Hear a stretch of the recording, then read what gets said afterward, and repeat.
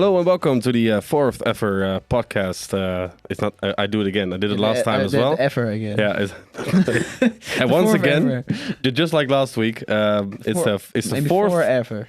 Before ever. Nee, the forever. The forever. Yeah, the forever podcast. No, it's the fourth podcast that we do. It's the fourth episode of the podcast, the DataCentered podcast, by Serverius. And this week we have some new topics for you, and we have two guests here as well. It's Fabian and Jana. Welcome to you two. Thank you again. Once again. Third time already. Yeah, your third time already. Yeah. You were here 2 weeks ago as well. You called in from Cloudfest. Yeah, that was great fun. I had some great reactions on it. Yeah, there's some from your friends. And they liked the beer. Oh, nice. And also some colleagues that said I wanted to be there as well. So. Oh yeah. All right, well, it's a great commercials then, I guess, right? And Jana, your first time was last week. Yes. Did you enjoy it? Yes, of course I enjoyed it, especially when we are talking about AI. Yeah, I can spend a lot of time talking about AI. But that's good, because we need to fill out these episodes, of course. So we're going to talk a lot about AI, and including this week as well, of course. Did you have a great Easter weekend? Yeah, I did. I had some great breakfast on my own, because sadly I am alone. Oh, but it was sad. quite fun. That's sad. That's really sad. But I also went to my parents, so okay. Not completely. You were not completely alone. All right. And you, Jana? I was climbing as I usually do. Oh, okay. Yeah. But yeah, that was fun. All right. Fun. Great. So usually we do a little game of we did Would You Rather a bit before, and last week we did AI or not AI. This week we don't have anything, because we used to do the Would You Rather for just an introduction. But as you guys have already been on the podcast before, there's no introduction necessary. So we're gonna move on to the first topic, like really fast now. Or like a news show. Oh. Yeah, sorry. Don't die on the podcast. Yeah, I won't die on the podcast. So the first ever, I'm doing it again. The first ever. It's stuck in my brain. So topic number 1: investments in data centers by Amazon and Microsoft and OpenAI. So last week there was an announcement where Amazon is going to invest $150 billion into data centers and AI as well. In the next coming 10 years, so it's... Yeah, of course. It's spread out over 10 years, but it's still a big plan. It's still a lot of money. And Microsoft, together with OpenAI, are going to do the same thing, but with 100 billion. But they are going to focus more on AI. And have like a dedicated data center for a dedicated AI project, which they are working on.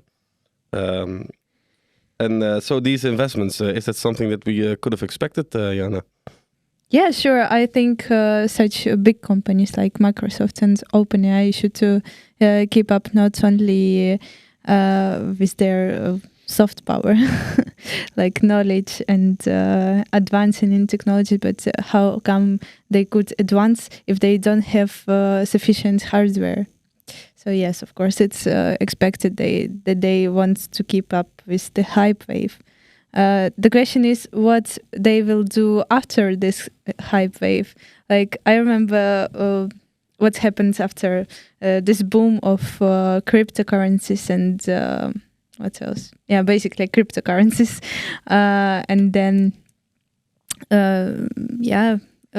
some GPUs were too outdated. They were just trash.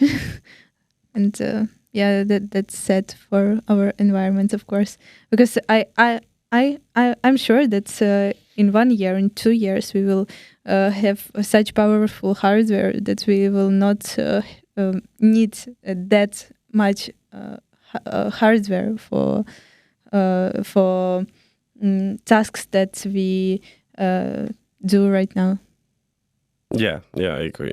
Yeah, but that's the whole thing, that we always need to get bigger with everything. Yeah. So right? Yeah. Yeah. It always needs to be better and Bigger, better. That's always the main goal of everything, right? Yeah, sure. Yeah. So for now, that's great. I'm happy they do that. Of course, I just trying to look a bit into the future.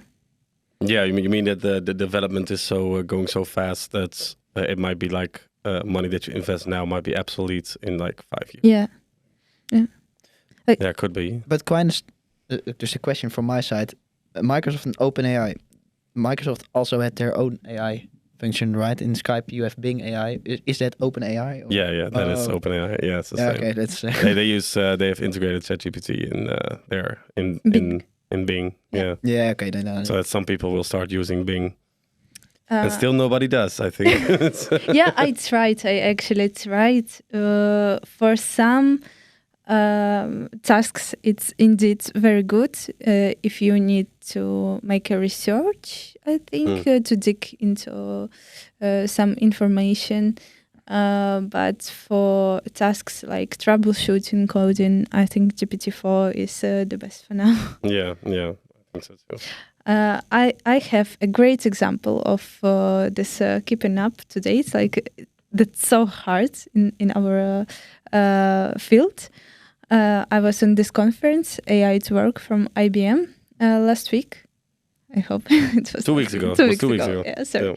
Yeah. And they were describing their supercomputer. They discovered some new technologies to connect GPUs together, so they can speak to each other much faster than ever in their data centers. But then, right before this conference, day before, NVIDIA had this conference about their GPUs that can just talk directly to each other Oh, without really? any further a software about. Oh, Yeah, so that's so hard. You know, they built like they were building it for such a long time, and then like just the day before the presentation for people and conference, they just it was they- obsolete again. yeah. Yes. Oh, that's. Did they acknowledge that during the presentation or? some people asked from the audience. Oh, really? that's a harsh one. That's difficult to deal with, I presume. But is this technology from NVIDIA then like SLI? I at least that's for what was used previously. That you could connect up to I think 4 GPUs together, and it would like improve your gaming experience. But then SLI became absolutely like non-usable anymore, when it's obsolete now. But is it like a same principle where you can just like connect one GPU to another with like one cable, or does it? I'm not sure. I just know that you need much less effort to connect them to make your computers possible. Like few GPUs behave like a single one. Oh yeah. That's yeah. Well, because in the article of the of Microsoft and OpenAI investment, they talked about that OpenAI would like to step away from using NVIDIA and develop their own hardware. Yeah. Which is also really interesting. Yeah, that makes sense because I think competition on the markets is always very good because now we have monopoly and it's expensive. New technologies, of course, they come, but not as fast as if there was a competition. Yeah. It's really interesting. Because I think, and you see it with countries as well, that everybody would like to have their important developments in-house, so not outsource everything because it's also, what do you call it? It's also dependable on political situations of the country that this company is in. Which makes it really just wanted to do it yourself because then you know what you're doing. Yeah, they have control over it, and You have your own secrets, and you can keep your secrets. Yeah. I think so too. But yeah, so new investment in AI is a good thing, right? Yes, The more the better. Yeah. The faster we get there. Yeah. One point of concern is, of course, increased power consumption. Yeah. I'm really curious how they will deal with that because, Netherlands are known for power grid congestions. Yeah. But maybe the situation is a little different in US. And this article also mentions that regions, some regions, I don't really remember what certain regions, get $4 or $5 of money spent on US infrastructure. Yeah, So it was like they spent 4, but normally it would be 5. what I meant by that, if I understood correctly, that those regions just get a lot from like they benefit from data centers in their regions. Yeah. And which is not the case in the Netherlands, for example. Yeah. That's true. Yeah, people do not like data centers in the Netherlands. Yeah. Unfortunately. The last topic kind of segues us easy into the next one, which is there was a report that the Netherlands is in danger of falling behind AI development, according to some researchers. So yeah, that's kind of a big thing, especially for us, and I think for Europeans in general, because we are all tied to each other here. Other countries are running away with the development part of AI at the moment. It seems, at least, especially like big companies from, of course, Apple, Google, Microsoft that we talked about before, Amazon, but also like the Chinese companies and Taiwan. I think Qatar is investing 40 billion into AI development, and the Netherlands has done some development in the past years. But it's like a couple hundred million, which is, well, quite frankly, nothing compared to our neighbors and other countries, because the article stated that let me see the page, that the Netherlands from last year we spent 2.3% of our gross domestic product. Was for AI development, and the European has a target for 3% for each country. So we did not even got that, and still, at least the article claimed, and I think I agree with that. We still presents the Netherlands as a country that's like leading in development and wants to develop an innovation. Like 4 or 5. Sorry, we need to have like 4 or 5%. Yeah, absolutely. But we should. I think that's also the case. Yeah, but especially like companies like I think what's it called? The company, the chip maker. ASML. Yeah, ASML, and these are Dutch native companies that have grown out of this innovation process, and now it's like the biggest company in the Netherlands. And these things are very useful and they're good what they do, unlike Shell, for example, which is quite horrible what they do. They're the biggest in what they do. Yeah, they're the biggest in what they do. You do know Shell company, right, Jana? Like the oil and gas. Yes, yes. Yeah. They're horrible. Oh, it's a Dutch company. Yeah, it's a Dutch company. Yeah. At least not anymore. They moved to the UK now since like last year, I think. But it's the original. It's Shell. Yeah, it's born in just like Heineken or something. Yeah, just like Heineken, etc. But Philips. Yeah, Philips as well. We're quite but big. ASML is developed out of Philips. Did you know that? Yeah, I did know that. Good. Yeah. How bad do you think this is for Europe as a whole, but also for the Netherlands especially?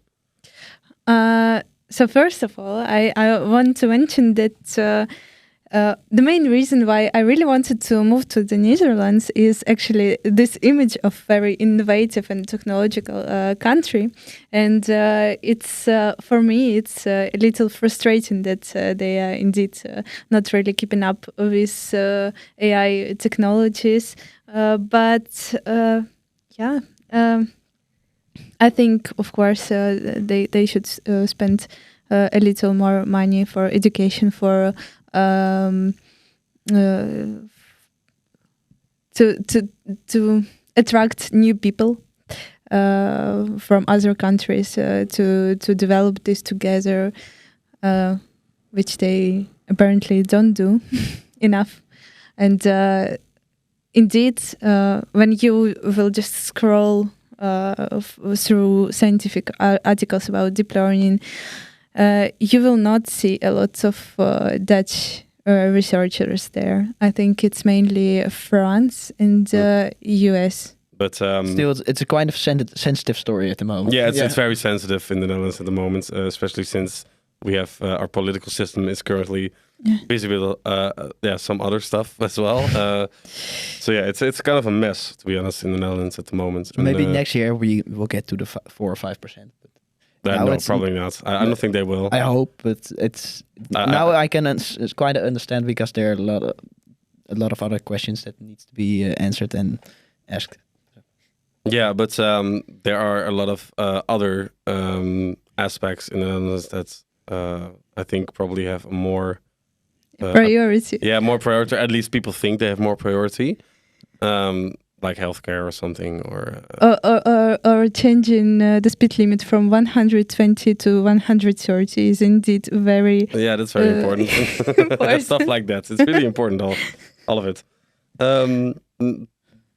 So yeah, but as Europe as a whole, I think we should put some more money into it, even because 3% apparently is still not enough. Yeah. Especially if you need to fight up against the Microsoft of this world and even Qatar, who has like an infinity amount of money for some reason, and their money is in the ground. Yeah, the money is in the ground, absolutely. But yeah, that's.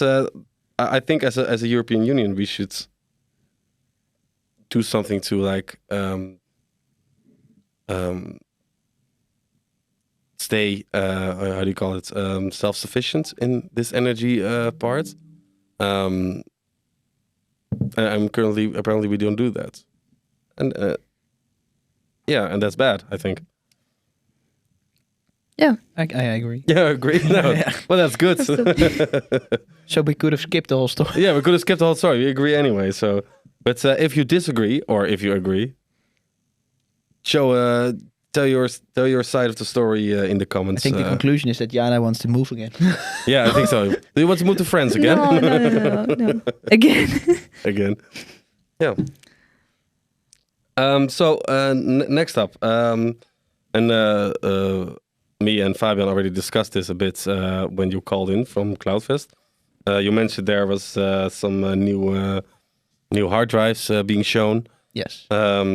So currently, apparently, since this year, there are some new hard drives available which have an insane amount of storage capacity. WD has a 24 terabyte storage solution, and Seagate even has 32. But only for companies. Yeah, but only for companies. Yeah, the mean the Seagate one or the WD. Yeah, the WD one. Quite strange because Seagate, I guess that's what I thought. Seagate just made it for consumers, so that's quite strange because why wouldn't they sell the 24 terabyte ones? Yeah, you mean the WD or the WD ones? Yeah, the why WD don't ones. they just sell them to everyone? If Seagate also does it, so. Seagate has the same. I couldn't just buy them. I did check it, and you can see them in like some sort of store, but there's no add to your basket or anything. So you have to get them through some other means. Steal them. Yeah, steal them. Don't steal them. We do not condone stealing. Maybe Jana does, but I'm not sure. Maybe we steal them for everybody else, like Robin Hood. Yeah, we're gonna be Robin Hood and just spreading out 32 terabyte hard drives among the commoners, right? We go into history. Yeah. But it did bring me onto another story, and that's Google Silica, which has been around for quite a while, but it recently have some huge developments among at least this is for cold storage, not really for like hard drive storage, because like they aim to like have what do you call it? To etch sort of data into glass. That's what this project does. Yeah, laser. It's between layers of glass. Yeah, for archiving. Yeah, for like archiving purposes. Just like we previously we used. As of now, it's still not really available yet. But now we use tape. Yeah. For example. That also came a huge way because at CloudFest there also was a stand from a company that made tapes, and they said the normal tapes go like 60 years or something, but the new tech they can go up to 120 years, 200 years. They are quite more redundant as before. Oh yeah, they're just getting better and better. So tapes are also getting at the level they need to be. But then the glass part is way smaller. Yeah. I've written some data down. So for a piece of glass that is 2 millimeters thick, and it's like it's like a square from 12 centimeters by 12 centimeters, it can hold 7 terabytes of data, and that's just insane. That's so much storage. I want to do it with my window. Put some data on my window. Yeah, you can like put some data on your window. Yeah, you can pictures or something. Yeah, you can like save pictures. But another thing, like glass doesn't deteriorate. Yeah. So it theoretically could, of course, do not smash it into a wall, but it could endure everything. Forever. Yeah, forever. As long as we know of, because we don't know how long glass will be in the world, because maybe in 200 years the glass just will go poof. Yeah, I don't think it would, but no, but we don't know it yet. But theoretically, it would go forever. Yeah, in theory, yeah, of course. If the Earth explodes, of course, it doesn't. Well, maybe even then, some fragments still survive. We still have moon to. Oh yeah, we can. Yeah, we can of course move to the moon with the illegal software. No, we're gonna move to Mars, right? I think that's what our father. Plans. The plans. Yeah. But yeah, this is an amazing development within cold storage, and I'm sure these very friendly guys from who you talk to at CloudFest are not very happy about this. They didn't talk about it yet. No. We had a long conversation, and now that I read this, I just thought, can I move those time to the Google Silica part? Yeah. But yeah, I think it's very interesting how they do it, because they use like a laser, specialized for this purpose, and they can like write certain symbols within the glass, but also at different distances. So you get like a lot of different layers within this piece of glass. And for this 2 millimeter thick one, you can have like 100 to 200 layers of data, and that's how you can get to this 7 terabyte figure. But then it's really slow process. It takes a long time to copy data to it and write it, and then it's just set in stone. You cannot rewrite it. So it's just like you write your data and then store it somewhere, and then it's also great for malware, right? That was in the article, that malware doesn't work on it. Oh yeah, because it's just set in stone. Yeah. Because malware can't affect it. Yeah, you can put malware on it, because then you just have malware on a piece of glass. yeah. That's true. But it would be a problem if you start to read it, though, right? Yeah, okay. I think that's what I thought when I read it. In the article, the statement they made was it's read only, and you can't change it or rewrite it or something. Yeah. That's what you cannot. yeah, you cannot change data on these types of things. That's true. Yeah. So I'm curious, what if you use 2 or 3 layer glass? You can just like triple your storage. Yeah, and like such a small amount of space. Insane. They did a good job over there. Yeah. Interesting part for me is that they use deep learning for decoding of the glass. Oh, really? Yeah. Oh, what can you tell me about that? I completely missed that. So instead of just simple, they first read this glass with the microscope. Yeah. And then they use deep learning classification instead of just similar digital signal processing for decoding the glass. Oh, yeah. Yeah, so they think it just deals with it much better. I'm a little surprised because at the end, deep learning is about probabilities. It's not deterministic as just signal processing, but maybe errors in digital signal processing just so bad that they are much worse than mistakes made by deep learning. Ah, yes. It does.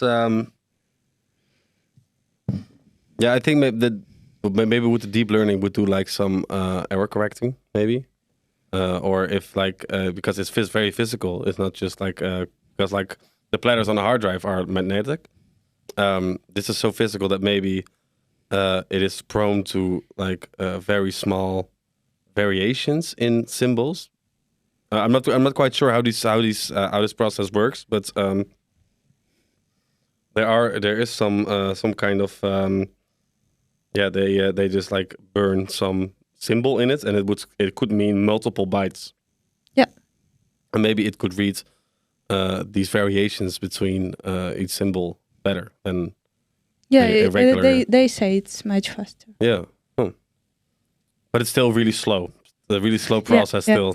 Yeah, unfortunately. But the tapes are way slower.